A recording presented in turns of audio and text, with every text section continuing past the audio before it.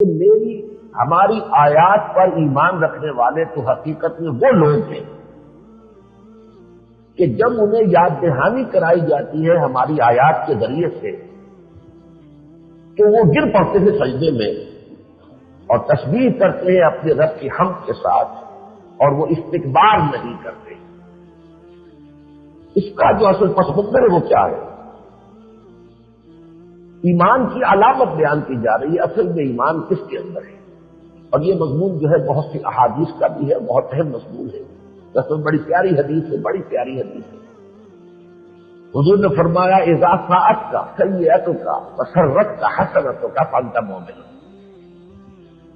دیکھو جب تمہیں کوئی اچھا کام کر کے خوشی محسوس ہو کہ اللہ نے مجھے توفیق دی ہے اچھا کام کرنے کی سعادت مجھے نصیب ہوگی، اور کوئی برا کام کر بیٹھے تو تمہیں رنج اور غم ہو اور سوچ ہو کہ یہ میں کیا کر بیٹھا، تو اس کا مطلب ہے تم مومن ہو۔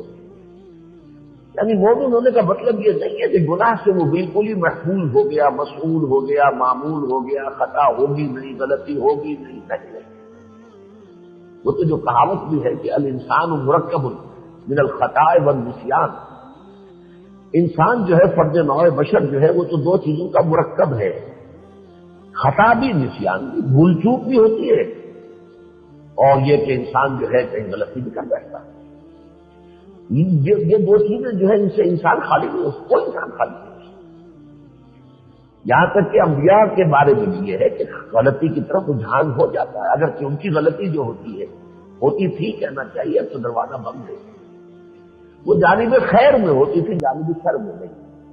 یعنی کسی نیک کام میں ہی حد سے زیادہ اشتغال، نیکی کا اندر بھی ایک اعتدال کی ضرورت ہے۔ آپ یہ کہ دوسروں کے فقیروں کے ساتھ بہت زیادہ نیک ہو جائیں اور اپنے بچوں کو بھول جائیں، یہ بھی ٹھیک نہیں ہے۔ اس لیے حضور نے روکا، ایک صحابی آئے میں اپنی ساری جائیداد جو ہے وہ اللہ کی راہ میں دینا چاہتا ہوں، فرمایا نہیں، تم اپنی اولاد کو فقیر کر کے چھوڑنا چاہتے ہو، یہ درست نہیں۔ تو غلبہ تو نیکی کا ہے، لیکن نیکی یہاں پر حد اعتدال پر تجاوز کرو۔ اور ان کا میں آدھی دے دیتا ہوں، فرمایا نہیں یہ بھی بہت عرض کیا تہائی کے ہاتھ، تہائی ٹھیک ہے، تہائی ہے کہ اس میں، اور تہائی ہی میں انسان کے انتقال کے بعد اس کی وصیت جو ہے وہ بھی نافذ ہو سکتی ہے، تہائی کی حد تک وصیت کر سکتا ہے، باقی دو تہائی جو ہے وہ قانون وراثت کے مطابق تقسیم ہو۔ اس لیے میں کر رہا تھا کہ نیکی جو ہے وہ اپنی جگہ پر حد اعتدال سے تجاوز کر سکتی ہے، اور انبیاء میں جو خطا ہوتی ہے وہ اس نوعیت کی ہوتی ہے، کسی نیک کام میں اعتدال سے تجاوز نہیں زیادہ۔ باقی جو ہیں غیر نبی وہ تو معصوم ہے ہی نہیں، کوئی بھی ہو۔ ہاں ہم صحابہ کے بارے میں یہ جانتے ہیں کہ ان کی بھی جو خطا ہوتی تھی اجتہادی ہوتی تھی، وہ خطا بدنیتی کی نہیں ہوتی تھی۔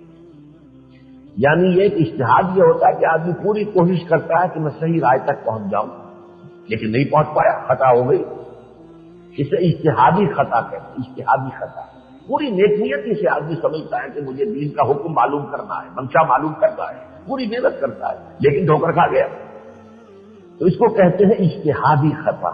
اس کو بھی گناہ نہیں کہتے، اس پر بھی ثواب ملتا ہے، اس لیے کہ تم نے محنت کی تھی، مشقت کی تھی، صحیح بات تک پہنچنے کے لیے جو تم نے جد و جہد کی تھی اس کا تمہیں اجر ملے گا۔ ہاں مجتہد جو ہے صحیح رائے تک پہنچ جائے، مجتہد مصیب کہتے ہیں اسے، اصاب یصیب، صحیح بات پر پہنچ جانا، اور اخطا مختی وہ جو خطا کھا گیا، تو مجتہد مختی کے لیے بھی ثواب ہے اکیلا، اور مجتہد مصیب کے لیے برا ثواب ہے۔ لیکن صحابہ کرام کی خطا جو ہے وہ صرف خطا اجتہادی ہو سکتی ہے، اور باقی عام اہل ایمان کے لیے تو ظاہر بات ہے کہ کسی وقت کبھی ایسا ہوتا ہے کہ انسان کسی ماحول کے زیر اثر غلط کام کر بیٹھتا ہے۔ آپ اپنے احباب میں بیٹھے ہوئے ہیں، اس وقت ایک خاص رنگ بن گیا ہے محفل کا، خاص رخ پر جو ہے وہ محفل جو ہے وہ چل رہی ہے، اس میں آپ بھی بیٹھے، یہ تو ہو گیا گویا کہ ایکسوٹیرک ایلیمنٹ کے باہر سے آپ پر کوئی چیز متاثر کر رہی ہے آپ کو، آپ نے ماحول سے اثر پذیر ہو کر کوئی غلط کام کیا، گناہ کیا۔ کبھی ایسا بھی ہوتا ہے کہ اندر سے طوفان اٹھتا ہے، جذبات کا، شہوات کا، خواہشات کا، اور اس طوفان میں آدمی بہ جاتا ہے۔ تو اس لیے یہ کہ خطا اور نسیان اور غلطی اور معصیت کے ان سے پاک کوئی انسان نہیں۔ البتہ جیسا کہ میں نے بتایا کہ حضور نے فرمایا جب تمہیں برائی کر کے رنج ہو کہ یہ میں نے کیا کیا، غلط کیا، اور نیکی کر کے خوشی ہو کہ یہ بڑا اچھا کام میں نے کیا، اللہ تعالیٰ نے مجھے توفیق دی، تو اس کا مطلب کیا تمہارے اندر ایمان ہے۔ اگر ایمان نہ ہوتا تو تمہیں اپنی برائی پر رنج نہ ہوتا۔ اسی طرح ایک حدیث بڑی پیاری ہے، ذاق طعم الایمان من رضی باللہ ربا وبمحمد رسولا وبالاسلام دینا۔ ایمان کی حلاوت اور اس کی لذت کا مزہ چکھ لیا اس شخص نے جو مطمئن ہو گیا، راضی ہو گیا کہ اللہ میرا رب ہے، مطمئن اور راضی ہو گیا کہ محمد میرے رسول ہیں صلی اللہ علیہ وسلم، اور مطمئن اور راضی ہو گیا اس پر کہ اسلام میرا دین ہے، میرا طریق زندگی ہے۔ یہ اطمینان، یہ بعد میں انسان کو جو رضا کی کیفیت حاصل ہو جائے، یہ دغدغہ نہیں ہے، بالکل جمع ہوا ہے۔ من رضی باللہ ربا وبمحمد رسولا وبالاسلام دینا ذاق طعم، اس نے ایمان کا مزہ چکھ لیا، حلاوت ایمانی کا اس کو حصہ بھی گیا۔ بہرحال خطا، نسیان اور غفلت یہ خواص انسانی ہے۔ بندہ مومن سے بھی گناہ کا صدور ہو سکتا ہے، جیسا کہ میں نے کیا، یا ماحول کے زیر اثر اور یا جذبات کے ویلے میں بہہ کر۔ لیکن قرآن مجید کے مختلف مقامات سے معلوم ہوتا ہے کہ جو صحیح بندہ مومن ہے اس پر فوراً پشیمانی طاری ہوتی ہے اور پھر وہ فوری طور پر توبہ کرتا ہے۔ چنانچہ اسی کو فرمایا گیا ہے سورہ نساء میں، انما التوبۃ علی اللہ للذین یعملون السوء بجہالۃ ثم یتوبون من قریب۔ اللہ تعالیٰ نے اپنے ذمے لے لیا ہے اپنے اس بندے کی توبہ کو قبول کرنا، واجب ٹھہرا لیا اپنے اوپر۔ اللہ پر کوئی اور ہستی، کوئی خارج سے کسی شے کو واجب نہیں کیا جا سکتا، لیکن اللہ خود اپنے اوپر واجب کر سکتا ہے۔ وجبت محبتی لی متحابین فی، میری محبت واجب ہو گئی ان کے لیے جو ایک دوسرے سے میرے لیے محبت کرتے ہیں، میرے دین کے لیے محبت کرتے ہیں۔ والمتبادلین فیہا والمتزاورین فیہا والمتجالسین فیہا، ایک دوسرے سے جا کے ملاقاتیں کرتے ہوں، ایک دوسرے کے ساتھ بیٹھتے ہوں، ایک دوسرے پر خرچ کرتے ہوں، ان سب کے لیے میری محبت واجب ہو گئی۔ تو یہاں بھی ہے انما التوبۃ علی اللہ للذین یعملون السوء بجہالۃ، اللہ کے ذمے ہے اپنے اس بندے کی توبہ قبول کرنا جو جہالت میں، نادانی میں، اور جہالت کے لفظی معنی ایک اور ہے عربی میں، جذبات میں آتا ہے، جاہل عاقل کے مقابلے میں ہے اصل میں عربی زبان میں۔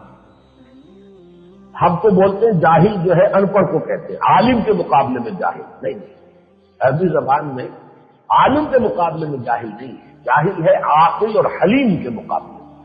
ایک شخص عاقل ہے، عقل سے فیصلہ کرتا ہے، جذبات میں نہیں کرتا۔ حلیم الطبع ہے، یہ نہیں ہے کہ جو کچھ ہوا فوراً رد عمل جو اس کا ظاہر کر دیا، نہیں، سوچتا ہے، برداشت کرتا ہے۔ تو عاقل انسان اور حلیم الطبع انسان یہ ہے در حقیقت کے جو جاہل کی ضد ہے۔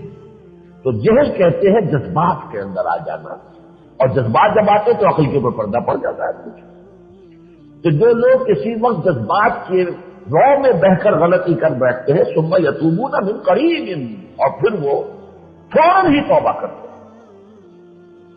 ہمیشہ میں جب اس مقام سے گزرتا ہوں تو مجھے اپنی زندگی کا ایک واقعہ یاد آتا ہے، اور وہ بہترین تعبیر ہے اس مقام کی۔